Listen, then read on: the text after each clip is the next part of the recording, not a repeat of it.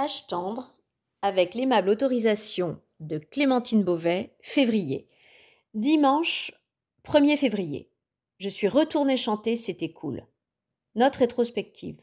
Sous mon pont, toujours, encore plus froid. J'ai fait 20 € à peu près. C'était encourageant. Des voyageurs qui tractaient leurs valises entre l'île Europe et l'île Centre, c'est à 10 minutes de marche, s'arrêtaient pour écouter alors qu'a priori ils avaient un autre train.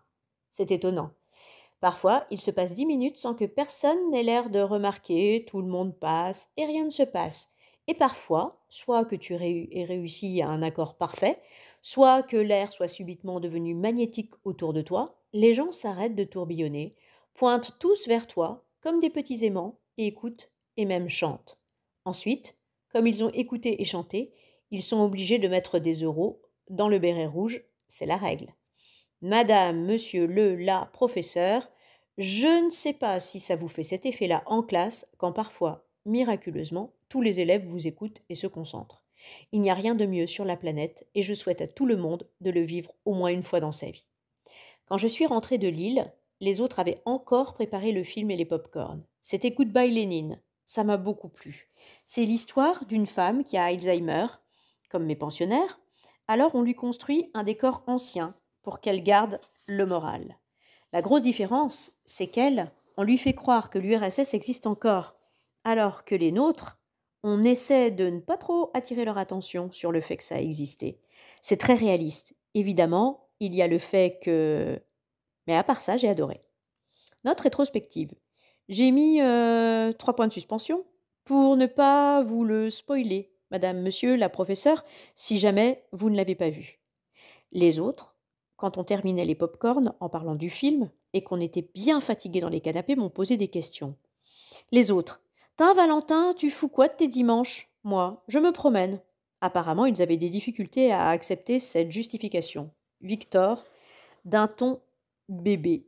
Je crois que Valentin est une petite amoureuse, Bouchera. Ou un petit amoureux, putain. Arrête d'être un gros con de macho. Constance. Ou alors, il peut aussi être asexuel, hein? Moi. Je n'étais pas avec un ou une petit ou petite, amoureux ou amoureuse, ni asexuel. Vadim, jetant des pop-corn sur les autres. Mais laissez-le tranquille, putain! Il a le droit de vivre sa vie! Serge Kéin. Vous arrêtez de jurer comme des charretiers, tous? J'étais heureux. D'un côté que les autres soient curieux de ma vie, cela montre qu'ils font attention à moi, ce qui n'est pas une impression que j'ai fréquemment. C'était une belle soirée. Là, je suis au lit et je réfléchis à quelque chose dont je viens de me souvenir, qui est que tout à l'heure à Lille, quand je me réchauffais les doigts entre deux chansons, une grosse dame avec des lunettes bleues est venue me voir. Grosse dame avec des lunettes bleues. Ah là là, Françoise, elle pleurait presque. C'est toute mon adolescence. Si vous saviez à quel point on voulait toutes lui ressembler. Je me souviendrai toujours d'elle sur ces photos que j'avais dans ma chambre, des photos de Jean-Marie Perrier, vous savez, avec ses petites robes impeccablement coupées, Saint-Laurent, Courrèges. Et donc, je regarde ma robe Courrèges qui est suspendue à mon mur et je réfléchis. Je réfléchis à toutes ces belles choses qui ont fui le monde. Vendredi 6 février. Hier et aujourd'hui, je vis 2 films qui vont encore transformer ma vie. J'ai l'impression que ces jours-ci, chaque jour, il y a des choses qui transforment ma vie.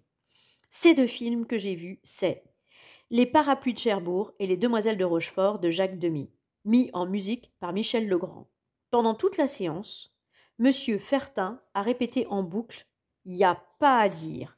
Le ciné, c'est quelque chose. » Madame Chauchois a tellement pleuré pendant les paradis de Cherbourg qu'Octavio a dû la faire sortir. Mais en même temps, il y en avait plein qui dormaient et ronflaient plus fort que la voix de Catherine Deneuve. Monsieur Vanti revoulait tout le temps des pop-corn. Il a dit 2 fois qu'il aurait bien aimé baiser Madame Emery, c'est la mère, dans les parapluies de Cherbourg. Et ensuite, 3 fois, pareil pour Madame Garnier, c'est la mère, dans Les Demoiselles de Rochefort. Cependant, j'ai quand même apprécié cette expérience de regarder un film avec eux. Je ne vais pas raconter les 2 films parce que ce serait un peu long, et puis j'espère bien que vous les avez déjà vus.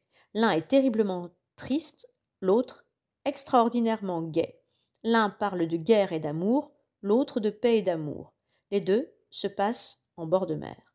Mais l'important, c'est la musique et la couleur. Ce sont des films qui partent du principe que le monde normal n'a ni assez de l'une ni assez de l'autre. Avant eux, je ne m'étais pas rendu compte de ce manque. Après eux, j'ai eu l'impression de quelque chose comme un trou dans le monde. Je n'avais jamais vu un univers d'une telle perfection. Il gribouille le nôtre en gris, par comparaison. Entre ces films et Françoise Hardy, et la robe courage, et les choses de l'unité, je commence à me demander à quoi bon vivre en dehors. Quand je suis sortie, j'étais pensif, pas bien, perplexe. J'ai repris ma navette, j'ai retrouvé Boulogne, j'ai marché le long du port, en m'imaginant danser un peu, chantonner. Mon regard s'accrochait à toute trace de couleur possible. Une bouée rouge vif sur les vagues, un encadrement de porte bleu ciel, le collier vert pomme d'un petit chien.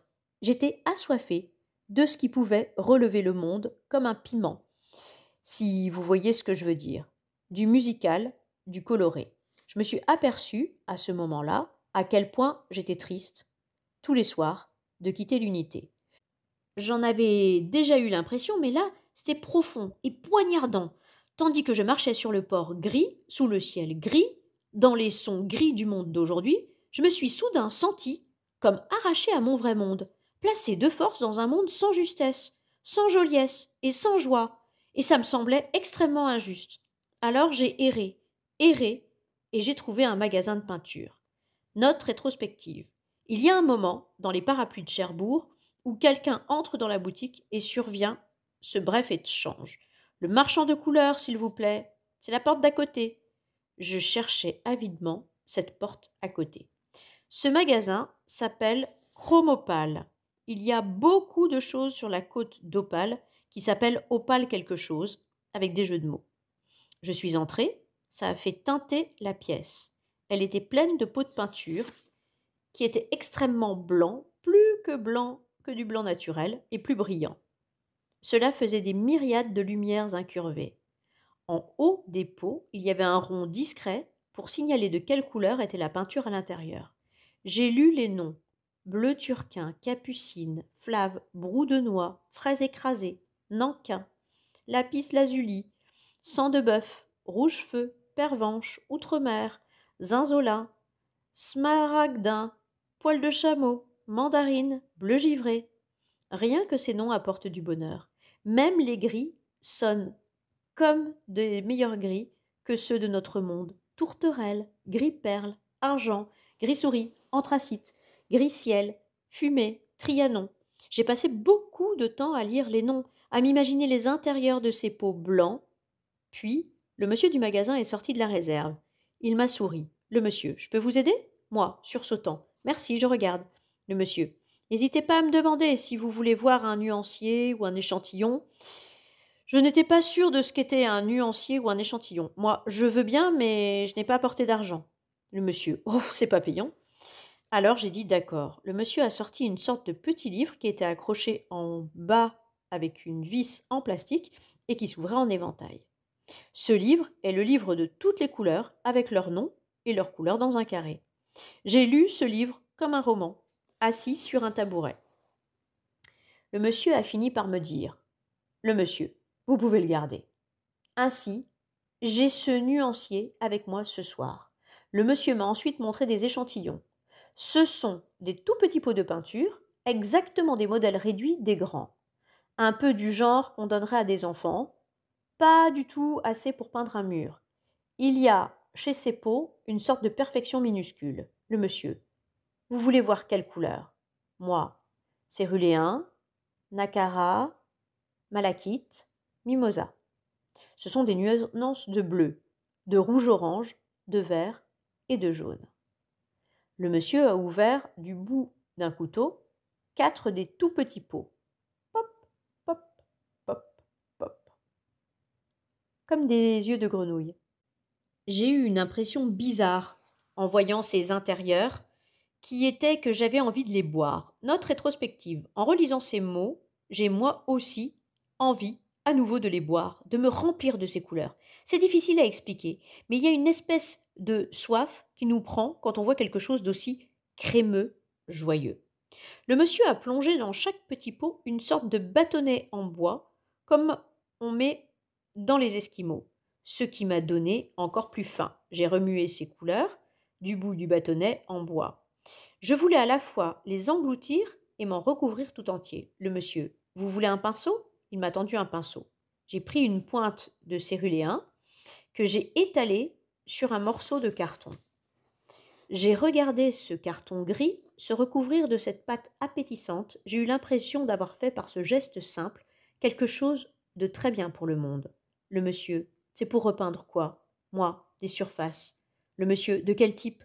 Moi: une bouche d'incendie, un abribus, des chaises, des poteaux, un banc, des portes et des murs.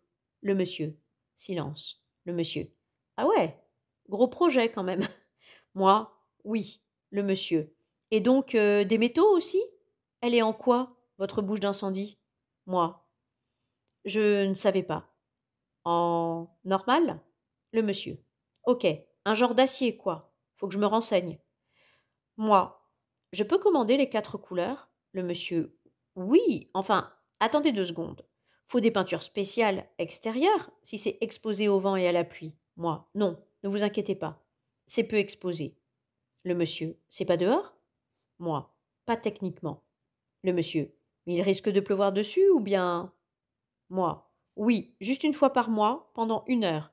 Le monsieur: silence. Le monsieur: vous vous foutez de moi? Moi: non.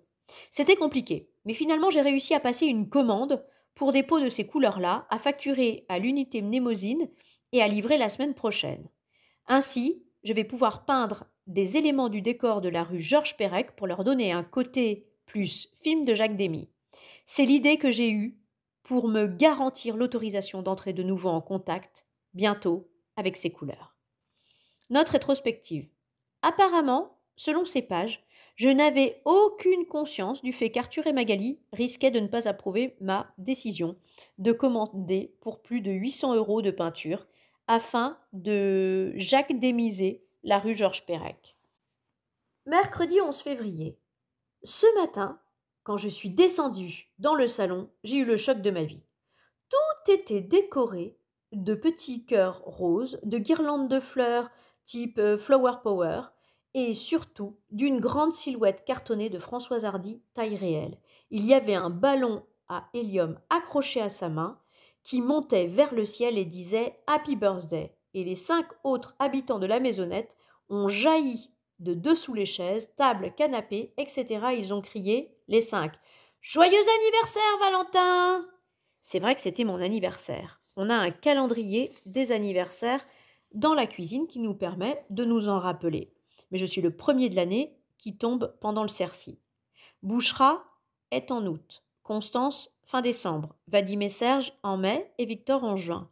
J'étais sidérée et ravie car personne ne m'a jamais préparé de petit déjeuner d'anniversaire surprise.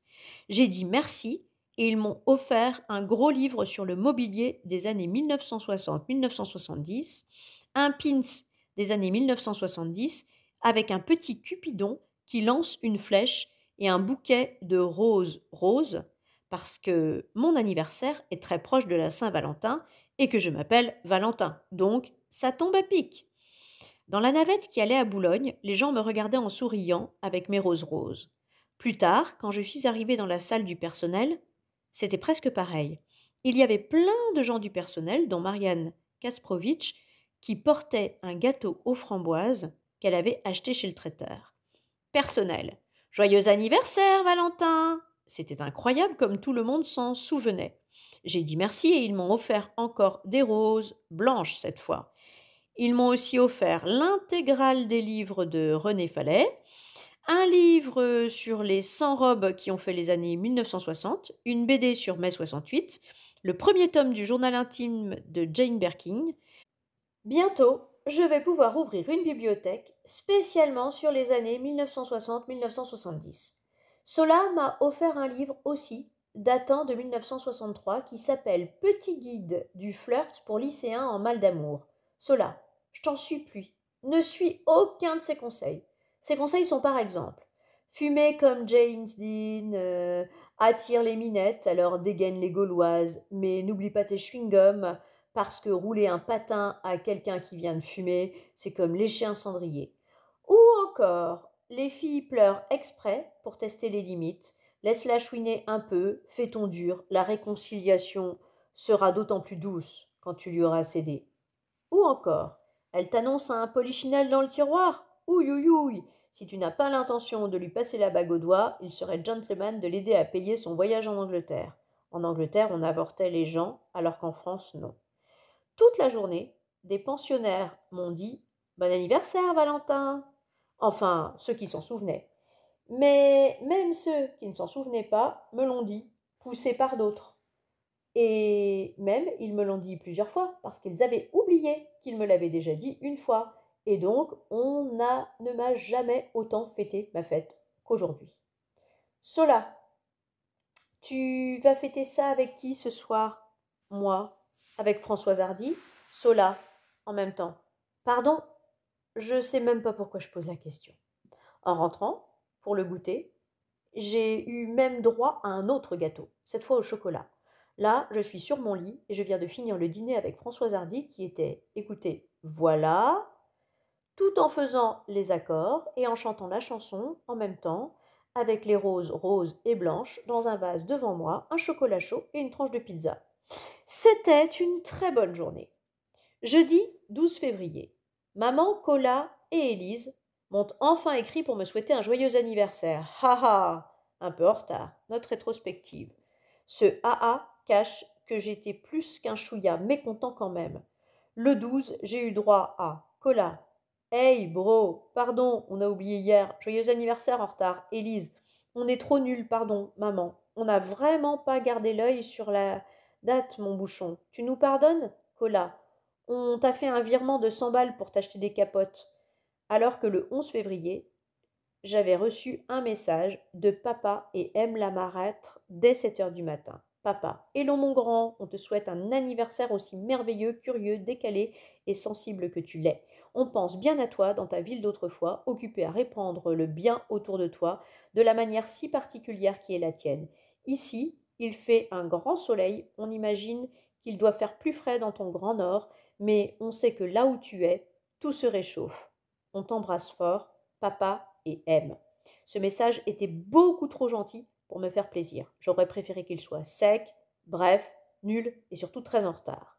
Il m'avait aussi envoyé par la poste une boîte de cannelés et une bouteille d'huile d'olive d'un pressoir du Luberon qui sont arrivés le jour même de mon anniversaire avec cette carte brodée. J'ai trouvé ça exagéré comme effort. J'ai trouvé ça exaspérant comme effort. J'ai trouvé ça touchant.